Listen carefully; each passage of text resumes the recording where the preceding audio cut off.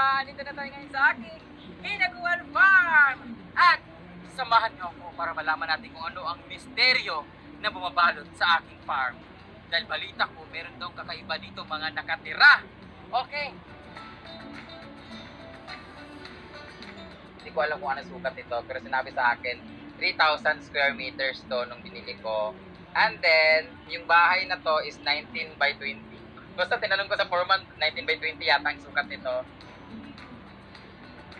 Pagpasok nyo dito sa aking farmhouse, unang bubungan sa inyo ang ating receiving area. Diba?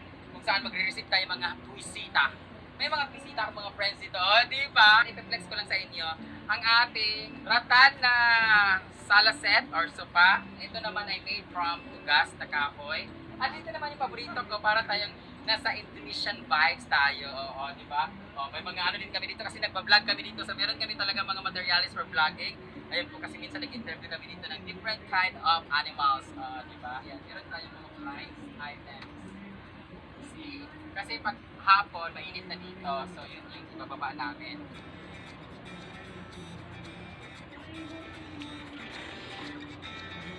Yung tawag nito sa farm na to, I called it Hinaguan Farm, derived from Visayan word hago, na kung saan pagod or nagpagod or pinagpaguran. Kung baga, sa English, fruit of labor talaga. Kasi talagang pinaghirapan ko lahat dito para maabot to.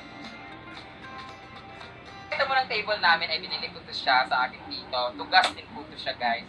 So, matibay pa to sa pagmamahalan namin ng aking jowa. Charis! So speaking of jowa, dito siya ngayon nagluluto ng pagkain namin. Ito yung mga groceries namin at hindi ko na nanako. Meron kami dito mga bagong ani na palay. Ito naman sila, hi love!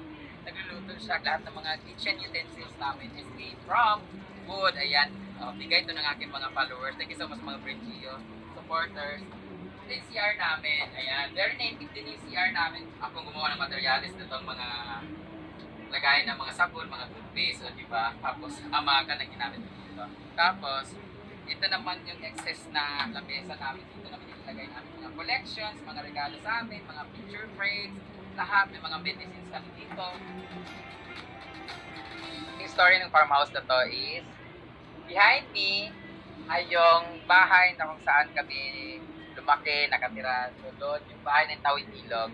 And then, itong ilog sa likuran ko ay dyan kami talaga lumaki, dyan kami naliligo pag pumasok sa school. So, itong lupa na to ay tanaw na tanaw namin sa harap ng aming bahay. At sinabi ko talaga, one day, gusto magkaroon ng ganyan. Kasi yung papa ko may saka talaga doon, unahan itong palayan na to. Doon kami nagbabantay ng mga ibon, ng mga main na palayan para hindi siya kainin ng mga ibon. Pero sabi ko talaga, one day, gusto ko magkaroon ng sariling palayan like that. Xin chào mọi người, mình là